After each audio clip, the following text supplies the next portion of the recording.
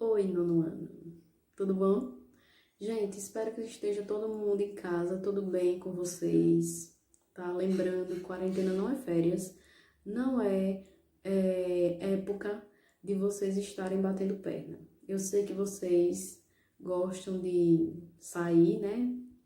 Mas vamos tentar evitar aí. Vocês estão vendo que os casos aqui em Maceió estão começando a aumentar muito rápido. Então, mais do que nunca, é necessário que a gente fique em casa, tá? Bom, como vocês já estão sabendo, o nosso sistema de aulas ele vai passar por algumas modificações. A partir de agora, as aulas elas serão online. É o sistema EAD, Educação à Distância. Então, acredito que vai dar certo. A escola está se empenhando muito para isso, os professores, a coordenação, a direção. E agora cabe a vocês também fazer a parte de vocês, tá? Como é que vão funcionar as nossas aulas? Todos os dias, né, o horário que vocês receberam, vocês vão ter que seguir esse horário. Vocês vão receber o link com a aula dos professores e aí vocês vão assistir as aulas, vão anotar todos os tópicos no caderno que aparecerem aí nas videoaulas e depois vocês retornam para o grupo do WhatsApp para tirar dúvidas ou para debater sobre alguma coisa e realizar algumas atividades, certo? Então, não vamos achar que pela aula ser online, por ser AD, que não vale como aula. Sim, vale. Inclusive, nós vamos fazer frequência. Assim que iniciar a aula, eu vou perguntar quem é que está online, quem é que está fazendo as atividades. Isso vai valer como frequência, pontos, né? Nós vamos passar trabalhos. Por que isso? Porque, gente, se a gente não adota esse sistema, quando chega lá no fim do ano, ou vocês vão reprovar, ou o ano letivo ele não vai ser concluído. Então, é necessário que a gente faça essa adaptação e que a gente se esforce para dar certo, porque eu acredito que ninguém quer perder o ano em pleno nono ano, prestes a ir para o ensino médio, e também ninguém quer passar nem Natal nem Ano Novo estudando, fazendo prova, né? Então, vamos aí se esforçar que vai dar certo. Bom, na nossa aula de ciências de hoje, nós vamos fazer uma breve revisão sobre tudo que a gente viu lá no ano passado sobre genética, certo? Então, anotem aí todos os tópicos que aparecerem no slide, anotem no caderno e depois que vocês assistirem o vídeo, vamos lá para o grupo do WhatsApp para a gente debater algumas coisas, tá? Bom, pessoal, então vamos lá dar início, né, ao estudo da genética. Nós já estudamos no ano passado, mas esse ano nós vamos estudar de uma forma mais aprofundada. Essa aula e a próxima serão aulas introdutórias, onde nós vamos fazer um breve resumo.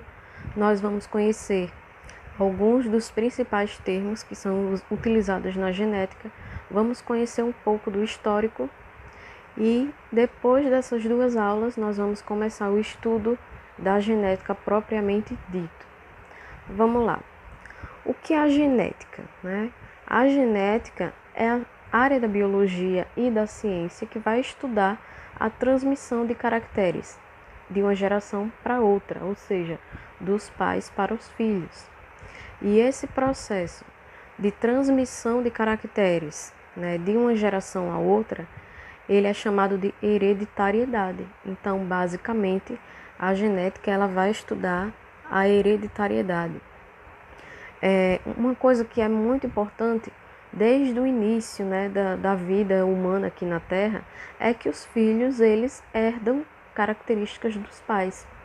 Como vocês estão vendo aí na foto, os filhos são praticamente iguais aos pais, né? São clones dos pais. Então, isso se dá por conta da hereditariedade. Os filhos herdaram as características dos pais, as características físicas, não só físicas, né? Mas filhos podem herdar doenças dos pais.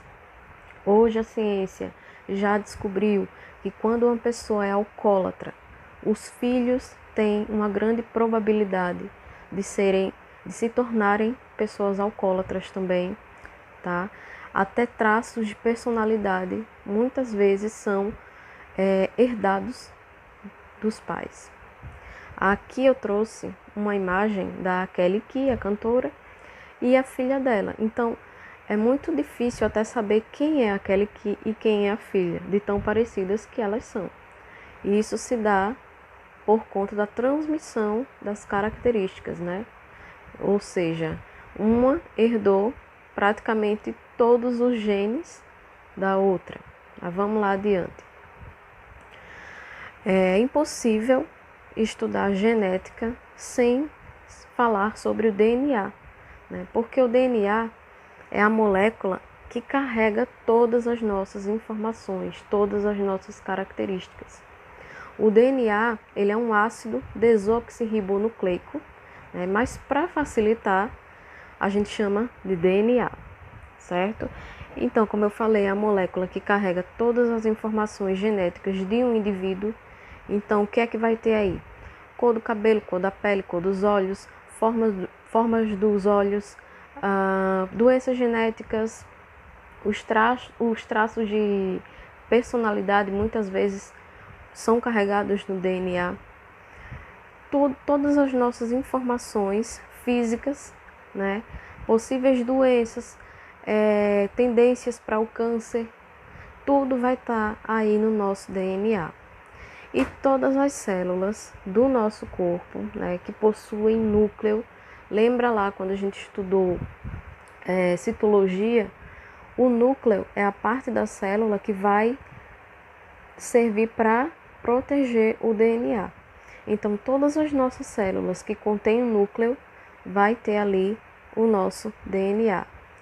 Se a gente tirar pelo menos um fio de cabelo e extrair uma célula do nosso fio de cabelo, nessa célula eu posso extrair o DNA e descobrir todas as características de um indivíduo, certo? Como é a estrutura do DNA? Bom, o DNA, ele é basicamente uma molécula muito simples, certo? Que contém o quê? Um grupo fosfato, ou seja, o que é um grupo fosfato? É um componente que contém fósforo, contém o elemento químico fósforo. Esse grupo fosfato, ele vai estar ligado a uma ribose ou desoxirribose. A ribose e a desoxirribose nada mais é do que um açúcar. E esse açúcar vai estar ligado a uma base nitrogenada. Quem são as bases? A adenina, a timina, a citosina e a guanina. Bom, então sabendo que o DNA ele possui essas 4 bases, a gente tem que saber outra coisa, que essas bases elas sempre vão se ligar, certo? Ao longo da fita do DNA. Como assim? A guanina, ela sempre vai se ligar à citosina. A adenina, ela sempre vai se ligar à timina, certo? Sempre dessa forma. Ao longo da fita de DNA, a base nitrogenada guanina vai se ligar à base nitrogenada citosina. A adenina se liga à timina. Porque pode acontecer de uma base adenina se ligar a uma citosina? Pode, porém, isso vai ser um tipo de falha do código genético, vai ser uma falha no DNA. Por quê? Porque a adenina ela não vai possuir o sítio de ligação para se ligar à citosina. Isso não é natural. Então, se isso acontece, ocorre ali uma mutação genética, podendo resultar até em uma doença, né? Uma doença grave, ou até pode acontecer se isso for na fase embrionária, ou seja, se o embrião estiver ali se formando e ocorrer uma ligação errada entre essas bases, aquele embrião ele pode ficar inviável e aí aquela gravidez não vai adiante, porque houve uma mutação genética que resultou na morte mesmo celular, certo? Do embrião. Bom, o DNA ele também é conhecido como uma molécula dupla hélice. Por quê? Porque ele tem realmente essa forma de hélice, né? É como se fossem duas hélices girando. Bom, fazendo aí um breve histórico, esse senhor aí na foto, é o Gregor Mendel. O Mendel, vocês ainda vão ouvir falar muito dele. Por quê? Porque ele é considerado o pai da genética. Ele era um religioso que vivia em um mosteiro lá no século XIX. Então, além de religioso, ele era um botânico. Ele gostava muito de fazer experiências, né, de estudar as plantas. Então, ele foi um dos primeiros pesquisadores a tentar entender como é que ocorre aí a transmissão de caracteres entre os pais para os filhos. E ele realizou experimentos com ervilhas. Esses experimentos dele, eles são utilizados até hoje. Por quê? Porque foi através desse experimento que ele elaborou a primeira, a segunda e a terceira lei de Mendel. No nono ano, nós vamos ver até a primeira lei de Mendel.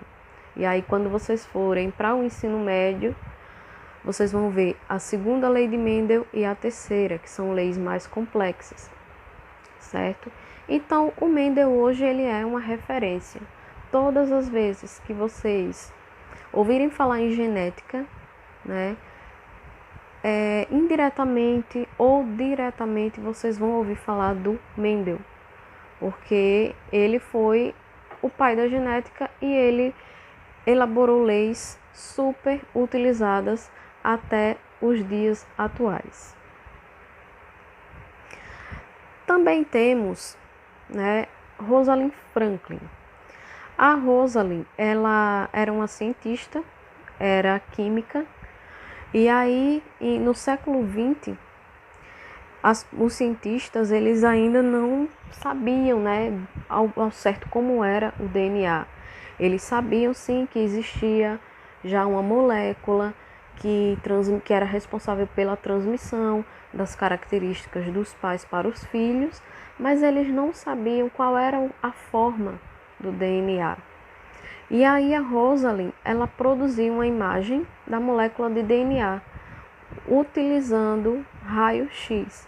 Então ali ela já descobriu mais ou menos como seria a forma do DNA. Até que veio Watson e Crick, que eram dois químicos e físicos, e eles propuseram o modelo da molécula de DNA, que hoje a gente conhece como modelo da dupla hélice. Existe até um livro que eles escreveram sobre isso. A leitura é muito legal, nem parece assim que você está lendo um livro sobre genética. A linguagem é bem clara, bem simples, é muito legal, vale a pena quem tiver interesse, tá? Então foram esses caras que propuseram o modelo da dupla hélice. E hoje a gente sabe que realmente o DNA ele tem essa forma. Bom, gente, finalizamos aqui a nossa videoaula e agora é o momento que vocês vão lá para o WhatsApp para a gente retirar todas essas dúvidas, discutir sobre a aula e fazer uma atividade bem brevezinha, tá? Vamos lá.